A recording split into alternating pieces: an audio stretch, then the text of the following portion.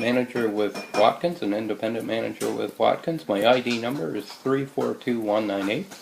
And what you'll see here and here are my opinions.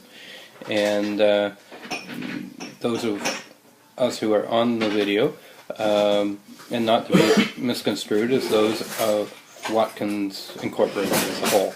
We just really put these together to have some fun for our friends and family and our customers. And if you are looking for Watkins products or recipes, you can visit our blog at justgonaturalblog.com or our online store at justgonatural.com. Or if you have any questions, you can phone toll free 877-822-8463. So, today, actually, we're going to make Watkins bread, and it is from a Watkins bread mix. It is a beer bread, or sweet bread, sort of. And what I do want to say is we are going to be using a can of beer to mix it up, but you can use actually any carbonated beverage, so you don't have to do it with beer. We like it. We like the flavor that it gives, and any alcohol that's in it is cooked off by the time it's done.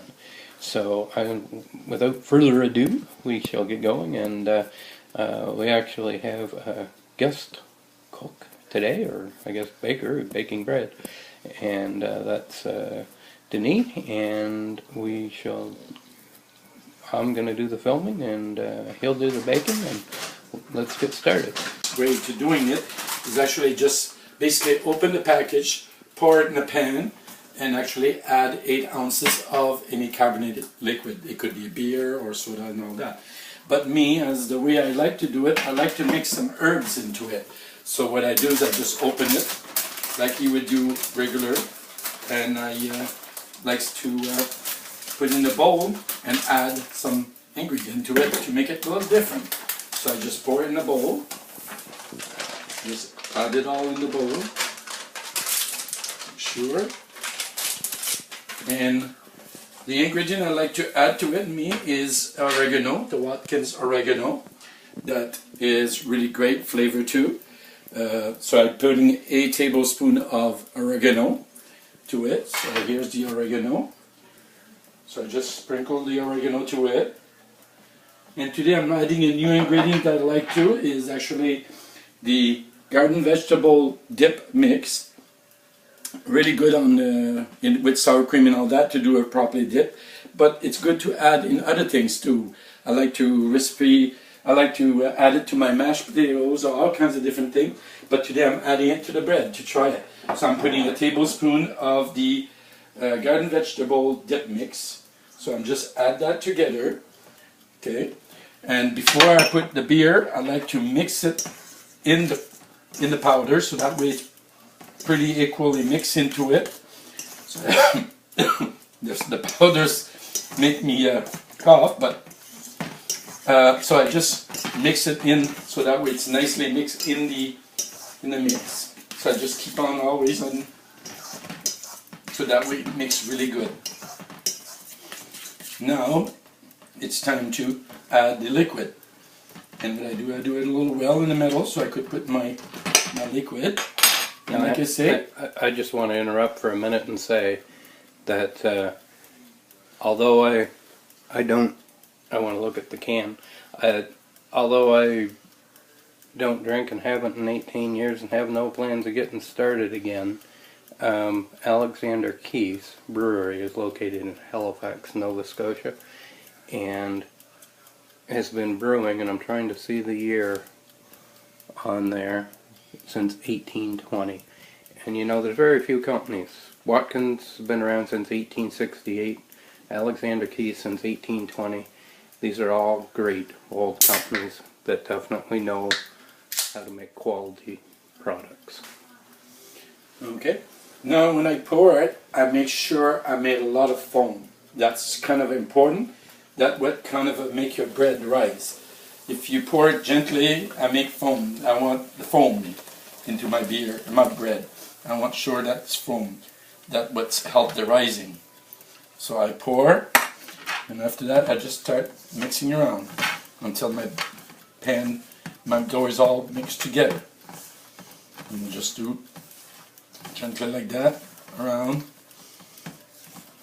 and that make a get together and make a good dough.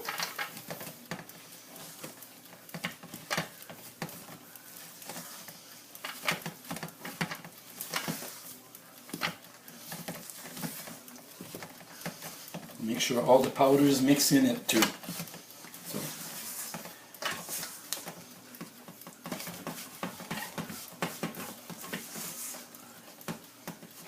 don't lift some of the powder in the bottom because just mix it, lift it so that way I lift the powder on top and get it in. Like I say, Watkins said to just put in the pan, put the beer, take a fork and stir it. I do it too that way, but I like to add to the bread. So, and making it this way, I want to mix it good, so that way it rises and everything good. So it's getting there. There's not much left in the bottom. It's almost finished. What's that? Oh, you want this one in the front and there, so you see these two? No, I was trying to do that real sneaky like so nobody knows. Yeah, you're sneaky on me, huh? And like you say, we on the other recipe that we did earlier, we would usually use the Watkins spray to spray the pan, but for now we're kind of out of it, so I use vegetable oil to grease my pan. So you just basically take the extra off the... In case you're watching these videos separately, we're actually going to have this served tonight with what I'm dubbing as Brian's chili meatloaf. And that's the other video that he was referring to. So this is done here. I'm just going to put in the pan. And like you see, I grease my pan with vegetable oil, but because I don't want the loaf to stick. So basically the only thing I do is I just put it into the pan, slint gently into the pan. And again, we're missing our Watkins cooking spray, because with that, nothing sticks. Okay, so basically, okay, that's all in there. Okay, so I just kind of spread it equal all over the pan, so that way it's kind of nice and flat in there. I think it's the first time that Brian ever see the way I do the bread, because and he's seen the way that I do it. I do it according to the package. Me, I do dump it in, add anything you like, pour your beer over, give it a stir, leave it lumpy, and shove it in the oven for 45 minutes. But and Denis is far more professional than I am. Here goes. This is done. Okay, and that is going to go in the oven at 375. 375 for approximately 45 minutes. Okay. So thank you for.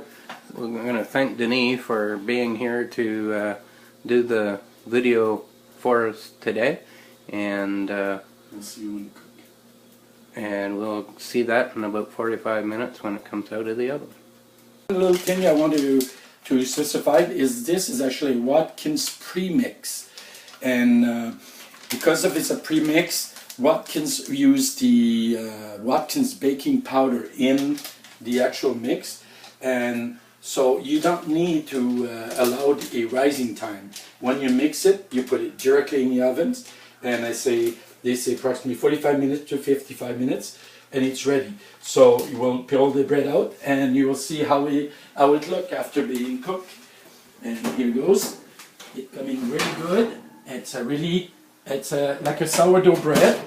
It's lumpy and everything, and it's what it's supposed to be. Me, I like to finish it with a bit of butter on the top to keep it soft. So I just melt some butter or margarine, so if you could, and using your Watkins brush that you could get at the conference, you could basically you just brush the top. You keep your bread soft, like your grandmother used to do every time you cook